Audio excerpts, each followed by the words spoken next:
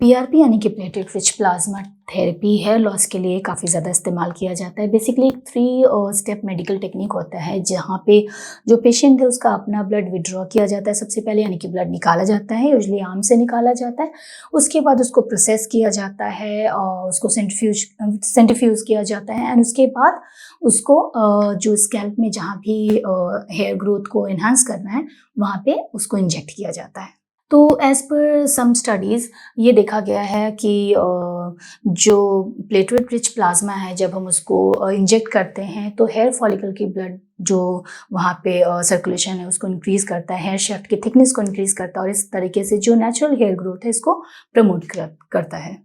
और ये जो टेक्निक है यानी कि PRP platelet rich plasma therapy जो टेक्निक है, इसको हेयर लॉस ट्रीटमेंट में जब यूज़ किया जाता है तो कुछ एक और कई बारी इसको एज अ सोलो ट्रीटमेंट भी दिया जाता है, और मोस्ट ऑफ द टाइम इसको कंबाइंड प्रोसीजर्स या फिर दवाइयों के साथ दिया जाता है।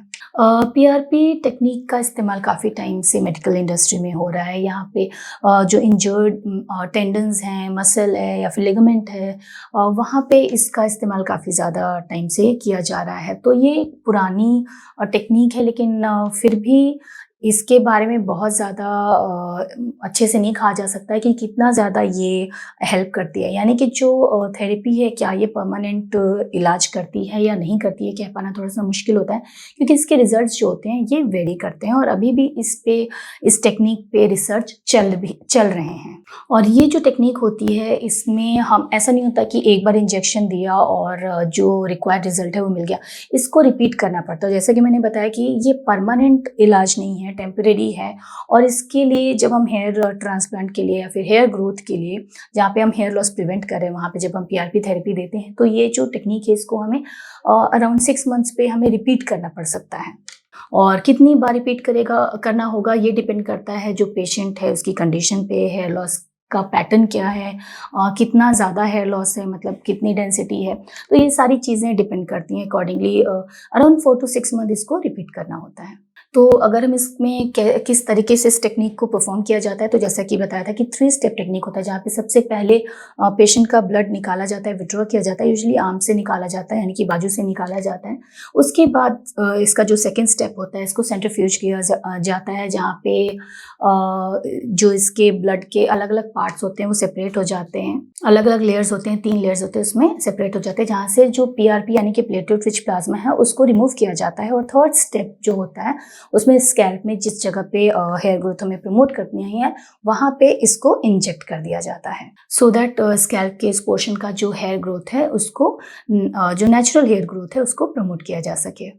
अगर हम इसके साइड इफ़ेक्ट्स की बात करें तो क्योंकि ये पेशेंट का खुद का अपना ब्लड होता है, तो एलर्जिक रिएक्शंस या फिर कम्युनिकेबल कोई प्रॉब्लम होने की जो समस्या है या फिर साइड इफ़ेक्ट है, ये इसमें एज़ सच नहीं होता, क्योंकि ये पेशेंट का अपना खुद का ब्लड होता है। लेकिन कुछ एक साइड इफ़ेक्ट्स हैं, कॉमन साइड इफ़ेक्ट्स हैं जो कि हो सकते हैं, जैसे कि जो ब्लड वेसल है जहाँ से ब्लड हम विथड्रॉ कर रहे हैं वहाँ पे इंजरी हो सकती है, जो नर्व है वहाँ पे इंजरी हो सकती है, कैल्सिफिकेशन है या फिर स्कार है, या माइनर किसी तरीके का इन्फेक्शन हो सकता है। हालांकि ये जो सारे साइड इफ़ेक्ट्स हैं ये काफ़ी माइनर हैं और ऐसे नहीं है कि हर केस में होना ही है, तो इट्स नॉट लाइक कि बहुत ज़्यादा कोई सीरियस चीज़ें हैं ये।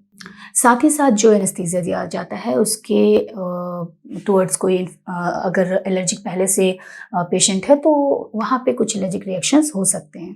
तो जब भी आप सोचते हैं पीआरपी थेरेपी के लिए, ब्लड लॉस के और ट्रीटमेंट के लिए, तो आप पहले से जिस भी दवाई का इस्तेमाल कर रहे हैं या फिर कोई भी और मेडिकल कंडीशन है, अंडरलाइंग मेडिकल कंडीशन है, इन सारी चीज़ों के बारे में आपको अपने डॉक्टर को पहले ही बता देना चाहिए, क्योंकि बहुत सारे एडवर्स रिएक्शंस होते हैं या फिर कई सारी कंडीशंस होती हैं जो कि किसी भी थेरेपी या किसी भी ट्रीटमेंट के लिए कॉन्ट्राइंडिकेटेड होती हैं। तो ये सारी चीज़ों का ध्यान देना बहुत ज़्यादा ज़रूरी होता है। तो इसलिए कोई भी अगर मेडिकल कंडीशन पहले से है या दवाइयाँ ले रहे हैं, हर्बल सप्लीमेंट्स ले रहे हैं, कुछ भी ले रहे हैं, तो इसके बारे में अपने डॉक्टर को ज़रूर इन्फॉर्म करें।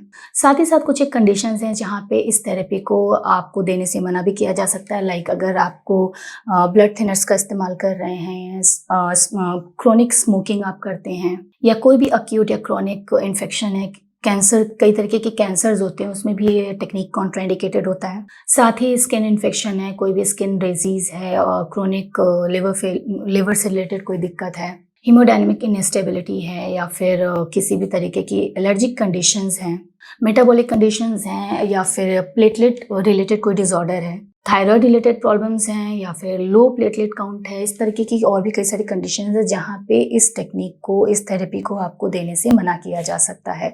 तो ऐसी कोई भी कंडीशन है आपको नोन है पहले से, तो उसके बारे में अपने डॉक्टर को ज़रूर इन्फॉर्म करें। तो जो पीआरपी होता है, एक तो इसको 4 to 6 मंथ्स अपार्ट उसके कुछ एक स्केड्यूल्स होते हैं जिनको फॉलो करना होता है। साथ ही साथ इसको मेंटेनेंस थेरेपी के तौर पे भी 4 to 6 मंथ्स अपार्ट देना पड़ सकता है। तो हेयर लॉस के लिए बहुत सारे दवाइयाँ मार्केट में मौजूद हैं, साथ ही साथ को कई सारे टेक्निक्स भी हैं जैसे कि हेयर ट्रांसप्लांट। उन सब के अलावा पीआरपी भी एक टेक्निक है जिसका इस्तेमाल विद कॉम्बिनेशन और as a solo treatment therapy दिया जा सकता है। ये सारी चीज़ें डिपेंड करती हैं पेशेंट की सिचुएशन पे, पेशेंट की कंडीशन पे, कितना हेयर लॉस है और किस पैटर्न का हेयर लॉस है और किसको देना सही है, किसको देना नहीं सही है और कहाँ पे ये फ़ायदा देगी पेशेंट को। ये सारी चीज़ों को समझने के लिए आप अपने डॉक्टर से ज़रूर कंसल्ट करें, क्योंकि आपके ओवरऑल हेल्थ के अकॉर्डिंग वो आपको एडवाइस कर सकते हैं कि आपको ये ट्रीटमेंट लेना सही है या नहीं है। तो सारे प्रॉज एंड कॉन्स देखकर ही ये डिसाइड किया जाता है कि हेयर लॉस के लिए पीआरपी लेना सही है या नहीं है। और पीआरपी से जुड़ा मेरा दूसरा वीडियो भी है जहाँ पे पीआरपी के बारे में डिटेल से बताया, वो वीडियो भी आप ज़रूर देखें। साथ ही साथ इस वीडियो से जुड़े और भी कुछ सुझाव हैं या फिर और भी आप कुछ जानना चाहते हैं तो कमेंट बॉक्स में जाके हमें ज़रूर बताएं।